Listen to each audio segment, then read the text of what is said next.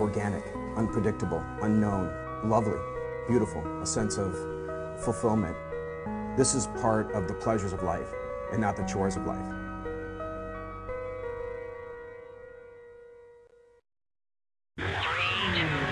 Coming up on Daily Iowan TV, deer hunters are blazing in their bright orange vests this season, but most of the deer remain camouflaged. We'll tell you why. And beer goggles aren't the only way to blur your vision during driving. We'll show you just how drunk driving is becoming drugged.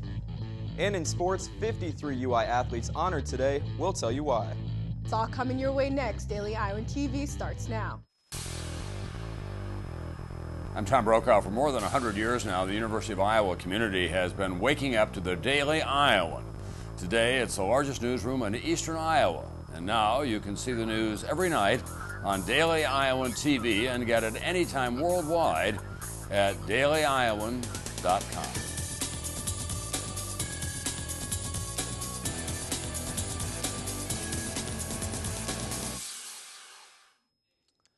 Good evening and welcome to your Thursday edition of Daily Iowan TV. I'm Reed Chandler. And I'm Muriel Kone. Investigators said they are confident that the two bodies found Wednesday evening are those of eastern Iowa cousins Blair Cook and Elizabeth Collins. The two girls went missing in July near a lake just outside of Evansdale. Hunters found the bodies at Seven Bridges Wildlife Area, about 25 miles from Evansdale, Wednesday afternoon. Autopsies by the State Medical Examiner Office are still underway, but officers are almost certain on the girls' identities.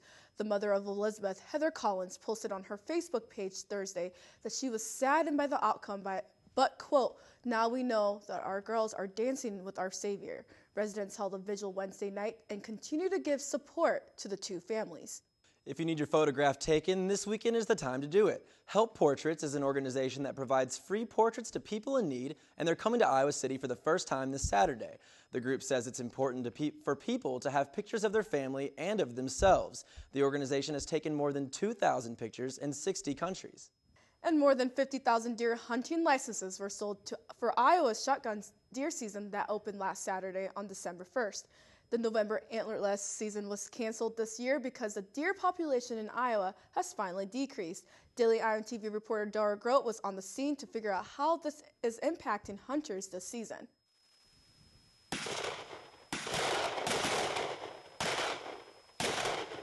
Gunshots are firing through the air. It's deer hunting season. But this year, hunters might be in for a surprise. The Iowa deer population is the lowest it's been in almost 10 years. Since 2003, the DNR has basically been into a deer reduction in the statewide deer herd. Today, they're down to basically the 1990 levels, and I think that's where they basically would like to stay targeted. According to the Iowa Department of Natural Resources, hunters reported harvesting 121,407 deer in the 2011-2012 season, compared to 211,451 in the 2005-2006 season. Some of the things they're doing to slow down deer harvest is reducing the amount of antlerless licenses that are available. I know in Johnson County here, we've reduced our license to about half of the normal. However, some local hunters said the only difference in the hunt this year is the weather. Deer seem to still be here, but they're not bunched up like you would expect in colder weather. The deer we shot this year, we were shooting in ones and twos, maybe three. That's the way we were finding them, but we were finding them. And we've harvested as many deer this year as we have in years past. With a good ratio of bucks to does, it's been a successful hunt. But with this warm weather now, the hunt's over. We have to take care of our deer. We can't let them hang like we have in years past. I'm standing outside here in December where it's nearly 64 degrees. Normally, the deer hanging behind me would be frozen, but it's not because of the warm temperatures we've had in the past few weeks. Those warm temperatures and the hot weather and little rain we saw this summer could have also played a role in decreasing the deer population. The epizootic hemorrhagic disease, called EHD, is a deer-killing disease that happens more often in drought years. EHD is caused by the bite of an infected midge. The deer basically drink the water, and the midge, which is around the water, basically bites them. And it's an infected midge, and it passes on the disease to the deer.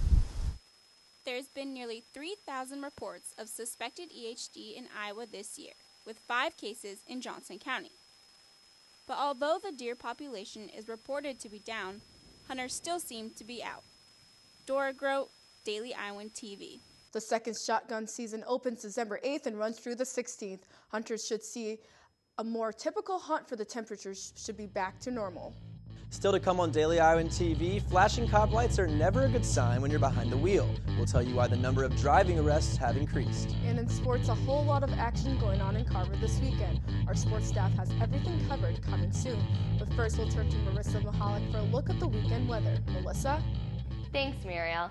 At the beginning of the week, you may have enjoyed not having to wear your winter coat since temperatures reached the 70s. But you may want to get those coats back out because temperatures have dropped and will continue to drop into the weekend.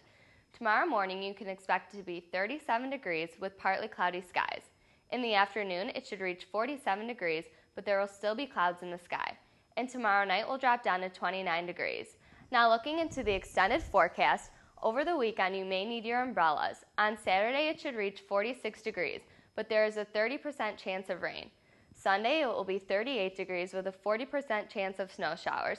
Monday it will drop down to 28 degrees with partly cloudy skies. Tuesday will be 27 degrees, also with partly cloudy skies. And Wednesday and Thursday will be in the 40s with sunny skies. That's all I have for tonight. Back to you guys at the desk. All right, thanks, Marissa. And Iowa City police are cracking down on the use of drugs while behind the wheel of a car. This is due to a recent increase in the arrests of drug driving. Police are finding new ways to detect when a driver is under the influence of illegal drugs. Daily Iowan TV's Anna Theodosis has the story. The Iowa City Police Department has been making some changes in order to avoid a recent trend from increasing even more. Drugged driving. Iowa City has seen an increase in the past decade in arrests involving the use of drugs. According to records from the police department, 156 people have been arrested for drug driving in the past 2 years alone. 2 years prior, that number was only at 79. 57 of those arrests have occurred in 2012. And police aren't just standing by. We have what are called drug recognition officers who have been specially trained to recognize the symptoms of a drugged or intoxicated by drugs driver. And what we've done is we've actually trained more officers to become those recognition officers. If you get arrested for a drug driving offense, then you could end up here at the Iowa City Police Department. Or you'll end up at the Johnson County Jail. Or if you choose to fight your conviction, then you'll end up here at the Johnson County Courthouse. Officers point out that not only can you be arrested or ticketed for impaired driving, but you can cause harm to others. We all have our stories as officers of those of each type of incident, whether it's the impaired driver by alcohol or whether it's by drugs. You know, I've got several stories of actually one in particular of an impaired driver from marijuana who actually killed a student in downtown Iowa City. And Officer Bailey says there is no reason to get arrested or even ticketed for drug driving. Just don't do it. Don't possess it. Don't do drugs, you know, and then certainly don't go one step further and drive. Anna Theodosis, Daily Iowan TV. Police say there will be more officers patrolling the streets from now on, looking for the signs of drugged driving. Runningwold is celebrating a soft opening Thursday at their new location on Washington Street. Runningwold is a specialty store tailored just for running. They have different kinds of running gear, including shoes, clothes, and food. They're partnering with Panda Coffee and Gelato on specials and are also offering a 10% discount to all UI students. Although the grand opening of the store won't be until February, one co-owner said they wanted to capitalize on the students celebrating the end of the semester, so they decided to open this week. And classes are coming to an end for University of Iowa students this week. Finals will start up Monday and continue through Friday. The tests are followed by a winter break. You'll see you get an extra week this year, totaling 5 weeks before classes resume on January 22nd. And Muriel, wrestling and men and women's hoops this weekend at Carver Hawkeye Arena. That's right, Reed. A busy week in the Hawkeye sports ahead of us, so let's waste no time and throw it over to Josh Bolander, who's standing by in the Daily Iowan TV sports studio. Hello and welcome back to the Daily Iowan TV Sports Studio. A whole lot going on in Carver Hawkeye this afternoon, tonight, and over our programming break, but we start with some fantastic news for 53 UI student athletes. That news, that all of these athletes have been named to the Big Ten's Academic All-Conference team. The group consists of athletes competing in 6 sports, with the UI field hockey program setting a school record for the 2nd straight season with 12 selections. Kirk Ferentz's football squad led all UI sports with 15 student athletes selected. As we mentioned at the top of the show, 3 UI sports teams are in action at Carver Hawkeye Arena over the next few days, including both the men's and women's hoops teams playing in-state rival Iowa State. We'll get to this afternoon's wrestling results later in the show as well, but for now, we're going to highlights of men's hoops head coach Fran McCaffrey's press conference this afternoon. McCaffrey raved about the amount of weapons the Cyclones bring to Iowa City this year, citing the rarity of a team that possesses three-point shooting, athletic power, and a defense to complement that kind of play. However, the matchup McCaffrey is most looking forward to, his young point guard Mike Gasell going one-on-one with Michigan State transfer Corey Lucius, saying, quote, "It's going to be an experienced situation against a guy that has been around. I look at it this way, it's a great challenge for him." And finally, there was some wrestling going on at Carver Hawkeye this afternoon. Our own Cody Goodwin was there, and Cody, what'd you see this afternoon from the Hawks? We saw some really good action from the Hawkeyes, who beat Lehigh this afternoon 26-9. They won 7 of the 10 matches. It was a really dominating performance, and through the first 5 matches, it was very clear that Iowa had the upper hand in this duel, and they really, after the first 5 matches, Iowa slipped just a little bit, dropping 3 of the final 5 matches, but there were only decisions that they dropped, so it wasn't too big of a problem on the scoreboard, as you could clearly see in the 26-9 rout of Lehigh. But it was another good win for the Hawkeyes, who improved to 7-0 this season in duels. It was another good win in front of another great crowd. Yeah, you mentioned they slipped up just a little bit. You talked to Coach Brands afterwards? I did talk to Coach. How do you feel about that? Did talk to Coach Brands afterwards. He was a little upset that they left a few points on the board, just like they did against Iowa State.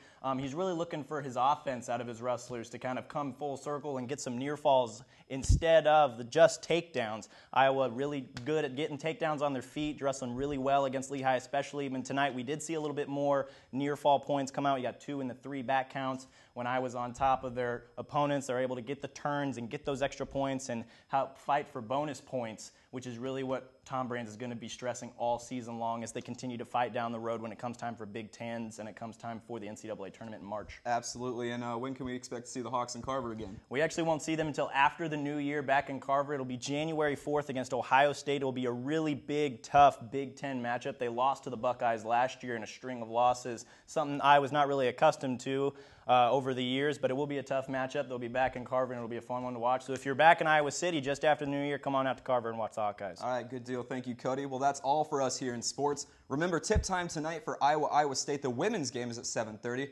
Tomorrow night, of course, the men's game. And, of course, be sure to tune back in Sunday for full coverage of everything black and gold, including a one-on-one sit-down with Daily Iowan TV Sports Athlete of the Year, Micah Hyde. Back to you guys at the desk. All right, thanks, Josh. And only with Daily Iowan TV can you get a sneak peek at Friday's pages of the Daily Iowan. Read about the future of Iowa's Democratic Party. And also about the blood platelet donations in the Iowa City area. And that's your latest edition of Daily Iowan TV. Be sure to check us out at the same time Sunday or anytime online at dailyiowan.com. Thanks for watching and have a great night.